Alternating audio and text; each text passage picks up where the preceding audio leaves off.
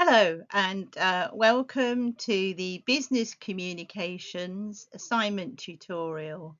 As it suggests, I'm just going to talk you through the assignment and hopefully clarify any areas for you in the brief. If I haven't answered all of the questions you might have, you just need to contact me on WhatsApp and I'll speak to you directly and hopefully answer any questions. But I'll try to make it as clear as I can through this little tutorial. Okay. So there are three sets of objectives. And what I've done with the objectives, I've highlighted what we know as the command verb. And the command verb gives you an idea about what sort of things, how you are going to address the assignment brief. Okay, so we've got the objectives, which the assignment brief relate to. So they're about providing evidence for the objectives. But the command word enables us to sort of set the question so that we identify what's wanted. So in objectives 1, which is pretty much what we did in week 1, it's 1.1 is to distinguish between different models of communication. So it's look at the differences between them. Okay, don't just describe the models of communication. What's different about them? What does one have that the other one doesn't have? So think about that. It's a little bit analytical. 1.2 is critically assess at least 5 key factors which can enhance or impede business communications. I gave you quite a few that can enhance or impede. You're going to only have to write about 3. I'll tell you about that in a minute. But it's about critically assessing. So again, don't just describe them, but sort of tell me how. I'll talk about that a bit more. 1.3 is to discuss the impact these factors may have on the business. So tell me, particularly the ones that impede business communication, you're going to be addressing that particularly.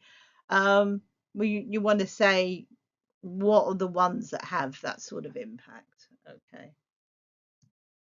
Objectives 2, we looked at in week 2.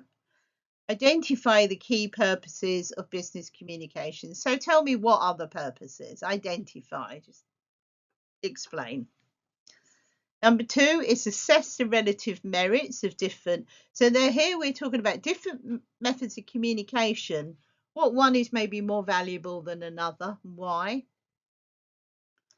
2.3, advise on good practice in electronic communications. When we get to the assignment, you'll see that we're actually looking at email particularly. And you're just going to sort of give me some direction on what is good practice. So objective 3, explain the meaning and purposes of business reports. So we looked at that in week 4. What is the meaning? So just explain, just tell me about it.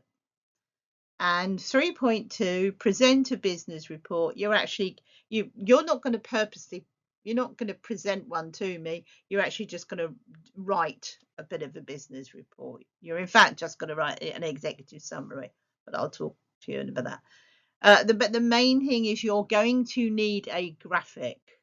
Remember, we looked at that in this week 4. So you're going to have to choose. You only have to do one graphic. So you're going to have to choose whether it's going to be a bar chart, pie chart, line graph, horizontal, vertical bar charts, whatever you think, spider's web. You're going to choose the one that you think works the best. It doesn't matter how complex. It doesn't have to be that complex because you're going to get a set of criteria to use, numbers. Really not that big. It's just you've just got to make it so, and try to make it sort of attractive. Okay, let's have a look. So the assessment task for this unit is actually in 2 parts. You focus on one bit at a time, and when you finish that, you can go on to the other. And the first part is actually creating a presentation. Now, you're going to have to put some PowerPoint slides together. You are not going to be asked to present the presentation. That may come up in another part of the course. But just at the moment for this one, all I want are the slides and some background notes to go with them. Okay, so let's have a look at what we're going to do. So you're going to prepare a set of slides, and I don't want any more than 6. So it's only 6 slides. Please don't send me 20, because some of them will get disregarded and that will affect your mark. And each slide needs a brief notes page. So 6 slides, 6 notes pages. Okay? And this is what we're going to be looking at. We're going to look at the key purposes. So first slide is going to be looking at the key purposes of business communication. And here we've just asked you to pick 3 of them. You can pick any ones you want, any key purpose. That will be in week 2 if you want to go back to your week 2 video and have a look. But just give me 3 of them. Think about the command verb. Okay, so what are you doing? You're just explaining them to me. Okay. Week 2, let me just check it to make sure. Identify, yeah. So you're just going to tell me about them. Okay. You don't, before I go on, you don't have, luckily, your notes pages and your slides do not have a word count. So unlike some of your assignments where every section has a word count, this little presentation and its notes page do not have a word count. The only bit that has a word count is assignment task part 2, which I'll tell you about. But even though it doesn't have a word count, it's very clear that the notes need to be brief. So please do not give me pages. I do not want, really, you should only need a couple of paragraphs for each slide. But I do not want to see more than a page. If there's more than a page, I will probably penalise you in one way or another, because you're not following the directions, really. And it's not fair if you get to write 2 pages and everybody else writes 2 paragraphs. Okay, it becomes unfair. So please follow the directions, but you're lucky that you're not held to a word count. But the maximum I need to see, and I can't stress this enough, is just no more than a page. I don't mean a page both sides either. No more than 1 page, preferably just a couple of paragraphs. All right. So that was the first slide. The second slide is a brief comparison between the linear and transactional models of communication. I gave you 3 different models of communication. You just need to look at difference between linear and transactional. Remember, linear information going along a straight line, transactional, linear going between 2 people answering and carrying on a conversation. Give me a comparison. Give me some examples if you want. The examples need to be in a business context. Remember, be careful when you do some research about models of communication, because a lot of them will come up in on psychology courses. Okay, and although it's valid, it goes off into a slightly different direction. You just need to sort of keep reflecting that your example must be a business context, really. So you've got to set your example in a workplace. You've got to set like a manager talking to a junior or something like that. Just make sure when you're talking about something that you keep everything in a business context for your assignment. Because as I said, some of these things do get used in psychology. So don't sort of go down that track in your research. Bring in some research for anything that you're looking at, and you need to reference it if you have done. If you get examples, and you will get marked well if you bring in an example from somebody else's research that's quality research, not just what Fred over there said, but actually something that's come out of a research document. And If you do, you have to make sure you put some nice reference in it. Okay.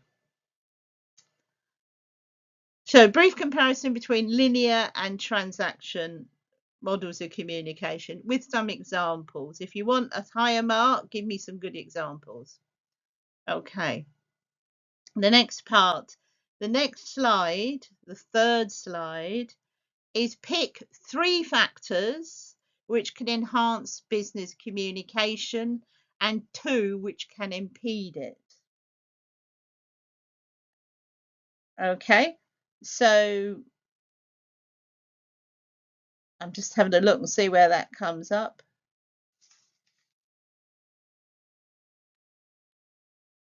It's in week 2, I think, really. Yeah. No, sorry, week 1. So go back to week 1 and have a look at the week 1 video. And I think we talked about quite a few. So you only need to pick 3 which can enhance. Just give me a quick overview of them. And 2 which can impede. And then go on within the same paragraph to explain with the 2 that can impede, I need you to expand on a little bit more.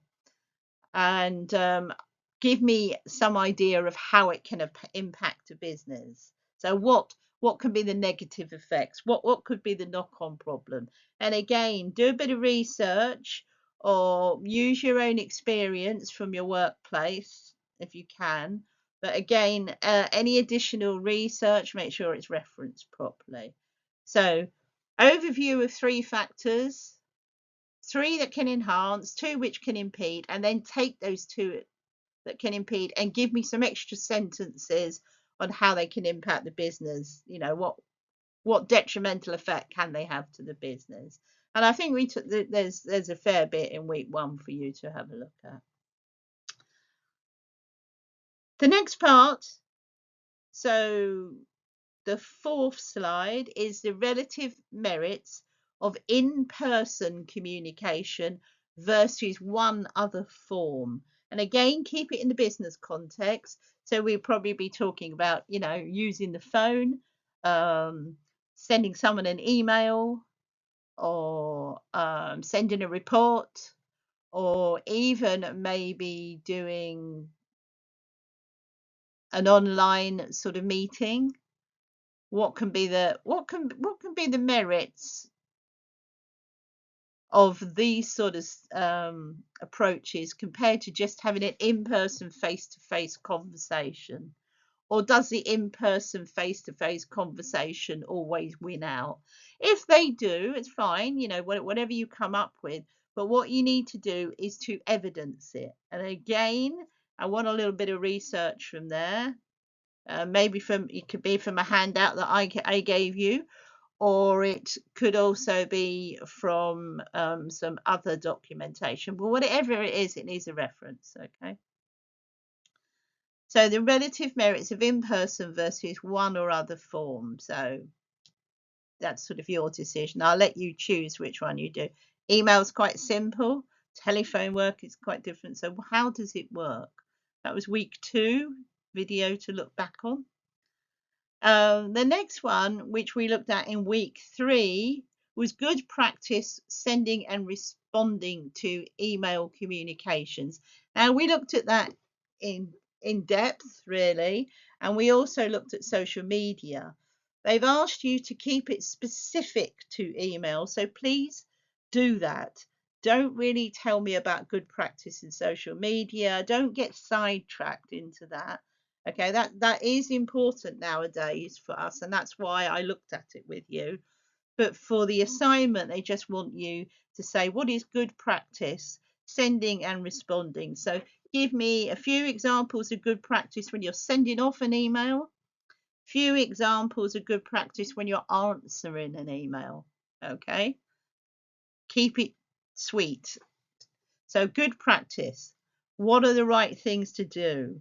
Doesn't really ask you to go on about what are the wrong things to do. So I would just focus on you know, answering what is a good thing to do, because otherwise it would ask a different question. say, the relative positives and negatives of sending an email. It doesn't. It just wants to know what your good practice is. Okay, so don't waffle on about other things. And your final slide is also from week 4 this week, purpose and common structure of a business report. So I just want a brief summary there, few lines or a paragraph. What are the purpose and common structure of a business report? Now, we looked at the common structure. We looked at the sort of classic 6 or 7 headings that pretty much everybody uses. So that is the common structure. And in some people have more, as I said to you before, have more complex business reports with other headings or subheadings in it. But the common structure is the set of headings that I gave you. So just give me each one of those with a little line explaining what it is. Okay, it's only an explanation. You don't need to go into any complex detail, just and no major examples really. And the purpose, why do we use business reports? And I talked about that at length really, about what was the benefit of using a business report. So again, just a summary there. Okay, so that's part 1 of the task. So that's a PowerPoint with a notes page for each slide. 6 slides maximum. There are 6 different items here. So 6 slides and a note slide for each. Okay, so that's 2 files that will be uploaded. 1 PowerPoint file and 1 straight Word document with your notes to go with it. Okay, so now we're on to the part 2. And part 2 is we're still thinking about business reports, and you're going to write a report, but you're only going to write an executive summary, and it doesn't have to really be that detailed. As you can see, you've only got 250 words. So it's not going to be a very complex executive summary. It's just a very simple summary. So you can introduce it as you wish. I would like maybe put a front cover on it. So, you can put some of the purpose on it, the title of it, which you can create your own title. You put yourself down as an author, whatever. Make it a company thing. But again, keep it business focused. What we have here is a table with some information on it. The table below shows the number and ethnicity of passengers, PAX. PAX is sort of airline speak for passengers, very often, or travel speak, on the inaugural flight of a narrow body, all business class, long haul aircraft with 70 seats, departing from Newark to London. For those of you who don't know, Newark is one of the airports in New York. Okay, London, the capital city of England. So it's broken down into ethnicities. There are 70 seats. Bear in mind, if you add it up together, there are 60 passengers. Okay, so hold that thought as well. You've got 30 Americans, 15 British, 10 Irish, 5 Japanese. Okay. So you're required to provide a brief report on the flight. It includes a graphical breakdown of the passengers. So this little table you need to turn into a graph. I don't mind, as I said before, what graph you choose, but it needs to be relevant for what you've got. So think about how you're going to show that. You've got numbers of people and you've got a variety of different ethnicities. So individual variables. Okay, so you could do a column chart if you wished. You could do a pie chart. Okay, so I'll leave you to think. Remember, the whole number is 70. So you're running with 10 empty seats, basically. I'm going to say that to you now. I hope you've noticed that. B is the total people and the capacity of the aircraft. So I just answered that question for you. But you need to say that, and you need to write it in the way that you're writing a business report. So think about your language, think about how you introduce it, what you're going to put it in. Maybe you're an airline company. I think you might be. Maybe you're the airport company. Whatever. There are some marketing issues here that you might want to think about. Okay. So C is the important bit. After you've done your graphic, you absolutely must have the graphic. If there is no graphic, then you will lose marks, because that's really what this is all about. If you think about 3.2, it's asking you to present a headline from a business report, and this is only one headline, using a suitable graphic. So no graphics, you'll fail that criteria. All right, so let's be nice and clear. You can write what you like without the graphic, you'll fail the criteria. C is brief observations and recommendations, and this is where it gives you a chance to be a little bit creative. Okay, so what have you identified from that? Do a little bit of analysis of it. I know it's very simple and there's not a lot for you to analyze, but there are certainly more of one nationality than others. There is a variety. Have a little think about why that might be.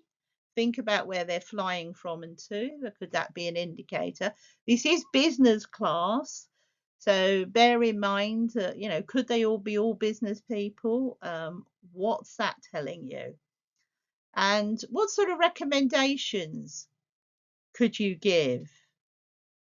So let's think about what sort of recommendations would you do if you were the flight company? You might want to recommend how you fill those empty seats.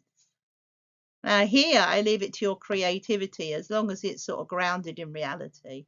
Okay.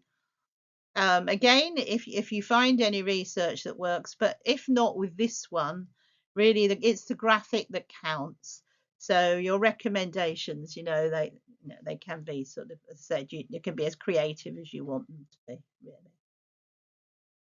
Okay, so remember that you use your Excel charts. Hopefully you will have a practice of that before you do it. And remember that this executive summary, excluding if you do a fancy cover sheet, should be no more than 250 words. And we've got a bit of leeway with our 250 words. As we have with all assignments, you've got plus or minus 10%. Okay, so plus or minus 25. Okay. So there's not a lot of leeway to move around in it, really. So try to focus it, and it must contain the graphic, as I've said before. I can't stress that enough. Okay, so that's assignment task part 2, and again, that's a file of its own. So just do that as a Word document. So that'll just be 1 or 2 pages, really, if you use a cover. Try and lay it out nicely. As I said, you're only going to write executive summary, so you don't need to write all the rest of the business report headings. So just, you can just head it as executive summary. Make sure I know who the author is, because that's the way it's done. Look at a couple of other layouts of executive summaries if you want, just to give you some idea. And think about your language. Keep it business-like. Again, look at some examples if you want. Anything that you might use, you can add at the end as a reference or a bibliography. Okay, so if you've used something else as guidance. Okay, so now I just want to look at some general information as an overview for the assignment. Just things to remind you of. Some of them you would have done before in other assignments, and some of them you might not. So please ensure you acknowledge all public sources of information used in your work and reference it. So if you've brought in any data or any from another document, please acknowledge that and use Harvard referencing. Those of you who don't know about Harvard, you probably do know about Harvard referencing as you've done other assignments. But if you don't, let me know and I'll send you something. Please ensure you don't exceed the maximum overall word allowance. As I said, you're quite lucky really because it's only part 2 that's got word restrictions. But if you do go over that, will affect grading standard 3, which I'll have to mark you down on, and that will affect your overall grade. Please add your name to the assignment brief. Remember, you're uploading the assignment brief. Put your name on it and complete the student declaration of authenticity. This is something we have to do for all of our assignments, so hopefully you'll be used to that. Now, load up in the submission area. You will have 4 documents to load up, okay? The signed assignment brief, your PowerPoint slides, a Word file with your presentation notes, and a Word file with your executive summary for part 2 of the assignment. Before you load up, please give everything a once over. Please check your spelling. Please check your layout so you're happy with it. Please check your grammar. Please check your structure. Please check your referencing, because I have to look at all that as part of my marking. Okay, so don't just finish it and chuck it out. Please have a look at everything and make sure it all works. Run through your slides, see that they all make sense, all the usual sorts of things. Take your time with it though. Okay. Please load all your files at one time when everything's completed. Don't put it up in dribs and drabs. I'm not going to look at it until A, after the closing date, and B, when all 4 files are there. So if you've got bits missing, I'm going to come back and tell you that really. And again, there might be a penalty for that if you go over. So if you leave half of it off and you get to the closing date, there will be a penalty for that. Okay? Because you haven't met the closing date, unless you ask for an extension. And there is a process. Please look at your handbook for the extension process. That's fine, but you've got to ask for it. Usually they are granted, but you've got to ask for it properly, and you've got to explain your reasoning why. Okay, so when you're ready and when you've checked everything, then just load it up onto the Google Classroom submission spot. So please don't delete your work files until you have completed all of the course, because sometimes when the EVs come in, they want to go back and look at something. They might have a slight dispute with us about our marking, and if you've deleted your file, then if I'm trying to say, well, actually, I think they did this quite well, and the EV saying, well, I don't see the evidence of it, and I'll say, well, if you have a read of the paragraph before and after, you'll see they've explained it. And then when I want them to see it, we find out that you've deleted your file, so it's no longer on Google Classroom, and you don't have a copy to send. Then I can't prove it. So if they decide to downgrade you, they downgrade you. Okay. And I can't get them to look at it again. And this may seem a bit crazy, but we've had that experience fairly recently, that someone had deleted all their files, and when I could have actually used it to say, this is why I marked it like this, I'd no longer had that evidence because it had gone off their student record. And also they'd got rid of it completely, so I couldn't even ask them to send it to me again. So I could have sat down with the EV and said, please have a look at this, because I think it's correct. Okay, so just remember that until you finish the course, hold on to all your folders, because if you delete them, then they will go off Google Classroom. That's the way it works. Okay, so just be aware of that. And I would suggest you don't jiggle them around too much. Just keep them wherever you've got them filed, and then leave them until you've got your course certificate, and then do as you wish. Okay, so I will probably remind you of that now and then in other units. Okay, so that's all I've got for you really about your assignment.